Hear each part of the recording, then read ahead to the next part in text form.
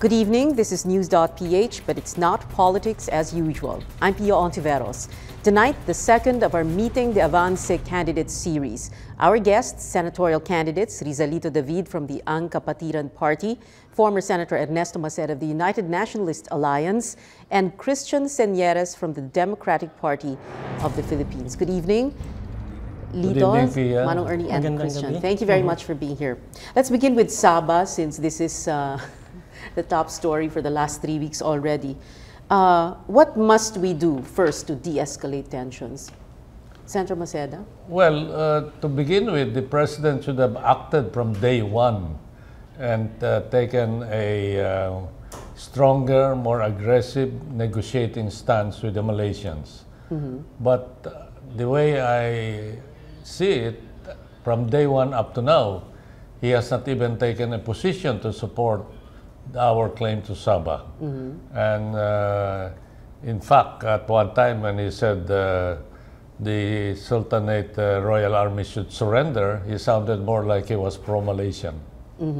Okay, so you would have wanted him to say that we will pursue the claim, the Sabah claim, and did you want to hear him say that yes, we will support those the followers of the Sultan who are now in Sabah? No, he should have said we will pursue the claim and let's open negotiations so we can convince the followers of the Sultan to get out of the place or not to engage in any violent action. Because it is, I think, out of desperation that what happened because they didn't see any support from the government. They did not even read his letter. So in a sense, tama yung sinabi ni Presidente na come back home, get out of there, pero dapat may kaakibat na we will pursue the claim. Yeah, so you leave it to us to negotiate for you. We will pursue the claim. Okay, so you do not agree also that with this kind of an action na ginawa ng mga followers ni Sultan Kiram, na pumunta doon sa Sabah? Well, it was a necessary consequence of the inaction of the executive, and you already have almost 30 people dead. Somebody must take responsibility for that, and the buck stops at the desk of the president. Okay, Lito, David? Well, to begin with, the handling was really lousy and insensitive. I think the president should stop talking about it and silently negotiate with the Malaysians. As I've said earlier on, if it's possible for the president to go directly to Sabah and talk with the Malaysian authorities silently, if he can show up in Tokyo, for example, or and meet with MILF leaders, silently, perhaps he can do the same thing for our people who are now dying, who are now dying in Sabah, and that calls for a decisive leadership. But he has to stop talking about it because I understand he again spoke about it when he was in General Santos City earlier, and he was telling na hindi naman pwede na idamay ko ang buong bayan dito sa problema ng mga kiram ng Sultanate ng Sulu. So parang parang nagiging posisyon niya is walang kinalaman ng Pilipinas diyan. Away ng kiram yan at ng mga Malaysians, which is really very wrong. And it's inflaming the emotions of the Tausugs. Okay. And we still pursue the claim? Yes, of course. Alam mo, I have certain suspicions na yung very insensitive yung handling is because we have gotten some news na somebody's on the take in this. Meaning? Well, during the GMA administration, they were paid not to actively seek the claim. Who was paid not to actively seek the claim? Well, the president daw. And then during the time of Noynoy Aquino, the same. Somebody's on the take, and they're even mentioning that there's a bank in Labuan Island where the money is deposited. That's precisely Labuan Island in Malaysia. And well, the palace should clear this, Where did you hear this information? Where did you hear this information? We had a discussion in one of the universities last week, and we were discussing this, and it came from a very reliable source, one who is into it already. and I was told that the Sultanate was offered $1 billion before, no? And they refused because they thought that it would be better for the entire country to benefit from the claim if ever it does materialize. So earlier, I opened this issue, and I think the palace has a lot of explaining to do. If they want to deny it, they better deny it now, because it will catch fire later on. If they are supposed to be on the take, who is supposed to be paying them off? The Malaysians. And it's being done through, like as you said. There are ways of doing it, you know, and that's precisely why I want the palace to come clean on this. When you say it's a very reliable source, what do you mean? Well, it comes from the media also. Oh, the media. Yes, he's a media person. He's into the discussions about Sabah, and he told us about it in open discussion in front of the students in one of the fora that I attended in one of the universities. Okay, Christian Seneres, your stand first on what must be done to de-escalate the tensions. But first of all, we have to put things in perspective. 1 week ago, my party had a press conference, and one of those who spoke was one of the founders of my party, the Democratic Party of the Philippines. He's Count Habib, and this is why this is all happening. The lease between the Sultanate and the British company will expire this month. And so once that happens, our theory is Sabah should be legally a part of the Philippines. So what's taking place there now, the act of the Sultan sending his people there, is an exercise of sovereignty. Okay. Okay. So you're saying that you agree with what they did? Yes, that is for them to have gone there? Well, we've always been calling for this. By the way, we have been talking about Sabah in our party for the past 4 years, since one of the founders is a member of the royal house. But we have always said that it should be resolved peacefully. But on the other hand, they do have a right. We believe that the Sultan's people have a right to enter what's legally theirs. Okay. And what do you think about the way the Aquino administration handled Could have been this? done better. Well, we should, first of all, should never compromise on our claim. It may be dormant, but still, in all of our official and even unofficial pronouncements, I have been suggesting to the media that in the same way that the Arab media would refer to Jerusalem as occupied Jerusalem, it's my opinion that you in the media should start referring to Sabah as occupied Sabah, because if you are a Filipino and you believe in our claim, then we all have a responsibility to recover it peacefully as much as possible, for as long as possible. Yeah, okay. Yes. But we're already at that point, no? And it's not like no other administration after FVR had put together that Executive Legislative Advisory Council, no other administration after that had really actively pursued it. That's right, and that's the most unfortunate, because the benefits of actually recovering Sabah is, well, there's economic and the possibilities. I believe that the Malaysian economy is benefiting from the resources if we recover Sabah, and I do believe that we will eventually recover Sabah. That will solve a lot of our economic problems. Do you believe, Senator Maceda and Christian, do you believe what Lito is saying, that piece of information that certain people are paid so as not to pursue that? Well, we cannot just believe that unless there's some evidence to support it. It might just be pure speculation. So right now, I'm not ready to believe that. But it does make sense. But then we haven't seen any proof. Well, it goes well with your assertion that the lease will expire within the year. Actually, I heard that too. It was part of the discussion, so it makes a lot of sense, Yes. not to pursue it, given the minute the lease expires. For all intents and purposes, Sabah is ours already. That's right. Okay.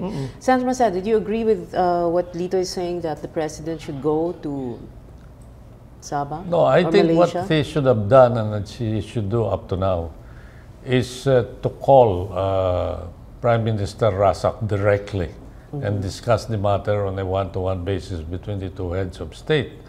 And if it's possible, maybe he can invite him to meet at some neutral place, maybe in Indonesia or Thailand, and discuss the matter, especially now that it has gone to this extent of violence happening all over the place. Now, before it's too late and more people die, the president should now, what has happened so far is he has left it entirely to DFA Secretary Albert Del Rosario. And Albert Del Rosario is, very diplomatic and is very careful in what he says. The Philippines must take a more aggressive stance, and that means to say the president must take a more aggressive stance and take aggressive action by way of calling the Prime Minister directly. And that's not unusual for heads of state to call each other on the telephone. Call him, call the Prime Minister, and ask him yes, for his forces to stand down. How can we solve this? Will you hold back your forces while I'm trying to get these people to come home, etc., etc.? That was never done. Okay. We'll have to take a short break first. News.PH will be right back. Stay with us.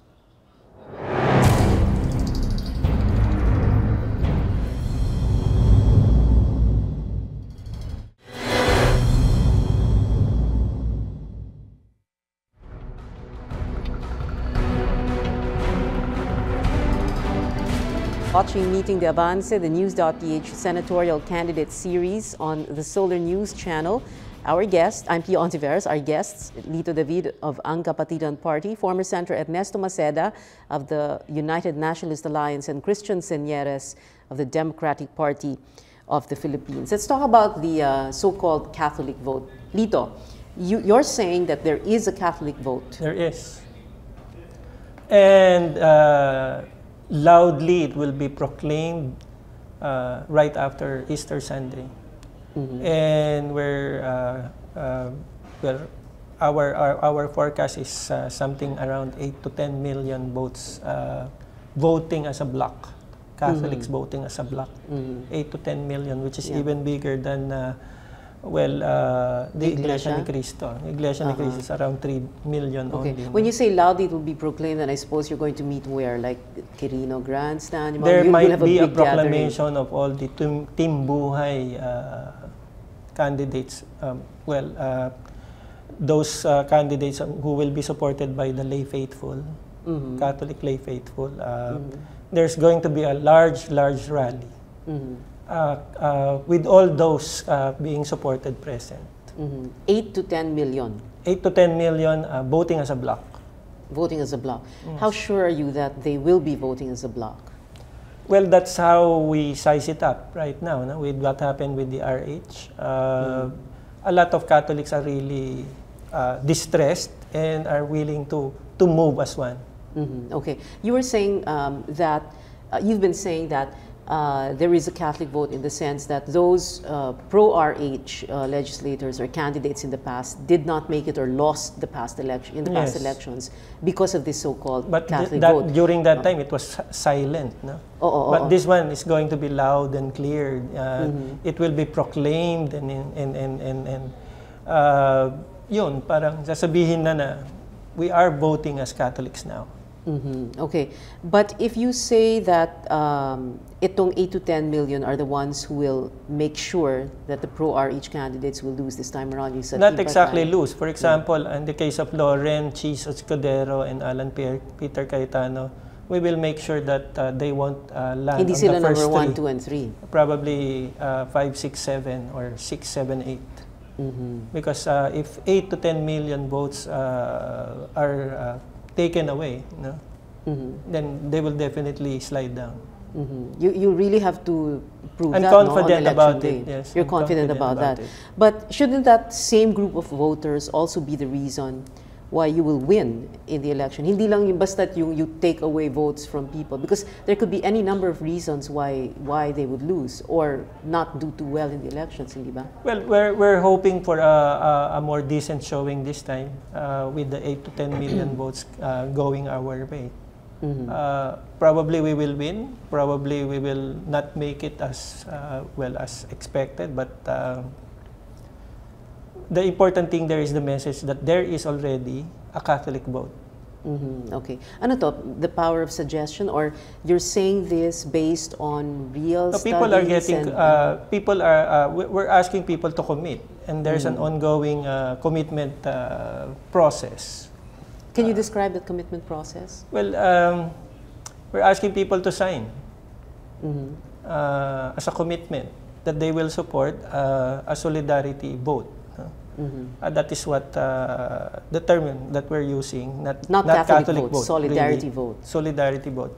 Para malinaw na hindi ito produkto lang ng na produkto lang ng clergy ng Catholic Church.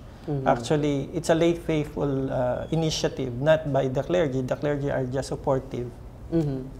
And of course, there are individual bishops like Bishop Navarra who came out strong, no? Archbishop Arguelles came out strong also, and there are a number of other bishops that will be supporting this activity. Okay, Manong Ernie, as the veteran in this group, is there such a thing, a Catholic vote, or as what Lito would like to call it, a solidarity vote? Well, and is that something to be? It has to be proven because the bishops actually campaigned against the RH bill, and they weren't able to convince 2/3 of the House and 2/3 of the Senate. So right there and there, you see, the influence is very questionable. Then, the way the Catholic Church is organized, every bishop is supreme in his own diocese, and even the RH campaign, less than 10 really came out openly, and now. With the Supreme Court TRO, the rumor is that there are 6 bishops who follow suit. But there are 100 bishops. So until we see that 60% of the bishops come together on this, then you can say that there is really a united Catholic vote. If not, then it's very much to each his own choice. Okay. And if these bishops, even if they come together, can actually convince all these people? Well, it depends because you know how it is. Elections in this country are usually based on personal relationships. So even if they say, don't vote for cheese, but people like cheese, or people owe cheese a favor, or people owe Lauren a favor, they like Lauren's environmental agenda. So that will predominate over. The RH issue to me is not a... And it's not a life and death issue. Okay. Not for us Catholics. Okay, Christian, Seneres, your take on this? Well, first of all, let me elucidate why that question is being asked in the first place, or why there is a doubt as to whether there is indeed a Catholic vote. In any democratic society, it's a tendency of minorities, whether there be cultural, religious, ethnic, minorities tend to vote as a bloc. In this country, Catholics are not in the minority. So if there is a Catholic vote, and yes, there is, it's not too visible. But one thing for certain is that in this country called the Philippines, even presidents fall at the hands of an angry church. Yeah, as what happened in the EDSA 86. Yes, yeah. and may I add that in this election... So you're saying that people are angry now? Oh yes, isn't that obvious? About what? RH? RH, but not only that, if you read the pastoral letter that came out a couple of weeks ago, it's not just RH. This election will not only be decided by RH, it will also be decided by land reform and the non-distribution of wealth. We are always reminded of the economic growth of last year, but that's not being felt in the countryside and in the slums. And there's another big issue, dynasties. Yeah, okay, we'll go that, yes. Let me just add that when I said it's not a life and death issue, I mean to say it's not like lack of jobs or lack of food or hunger and poverty and all. Those are life and death issues. High prices, those affect the voters' decision. So, but the RH bill, maybe, as Rizalito said, the hardcore Catholics, but the general voter will vote on economic issues, and I don't think the RH bill is an economic issue. Yes, so let me just finish also and my friend Lito already alluded to this. In America, there's such a thing as the October surprise. When November election, the elections are held in November. There could be an April surprise this year. Okay, and that will be? It's a because surprise. because of Surprise. It's a tayong apat surprise. lang naman ang nandito eh. Well, actually, it's good for us non-incumbents because if they block out 6, and most of them are strong candidates, that gives us a better chance. Yes. Okay. Christian, you left Buhay Party list after your 2003 to 2007 term, right? Yes, that's And you right. felt it was because Well, they were first of not all, strong on pro-life legislation? Not really. No. I don't really have. No, I don't have to point out anything. You just have to look at the record of the House of Representatives, the third reading on the votation of the RH bill.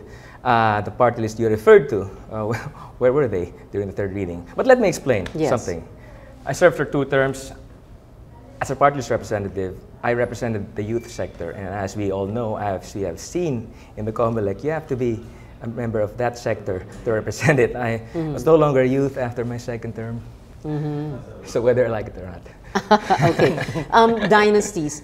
Political dynasties, that issue, in a way it's gaining traction. No? Kaya lang, how do we know for sure that it really is a growing anti-political dynasty sentiment, as you say, Christian? It's very evident. Of course, since the 1992 election, we have been hearing it every 3 years. People complain about dynasties, but it's not. It's different this time around. And how do we know it's going to be different?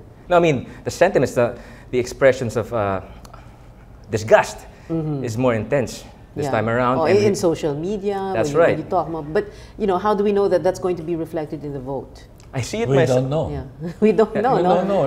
We'll see, because ngayon pa lang sa surveys, ang malakas, yung mga may pangalan, hindi ba? That's because yung mga dynasty, malakas sa dynasty surveys. Yung CBCP took a position already on that. No, it's a collective position of the entire CBCP already. Yes, but let me And explain. there's an ongoing signature campaign for a people's initiative to finally come up with a law to prohibit political dynasties, and that is being led by one of the episcopal commissions already. Well, something like this, of course, we're presuming that you, for example, Christian Seneres, and you, Lito David, will benefit from some. It's not really for us, no.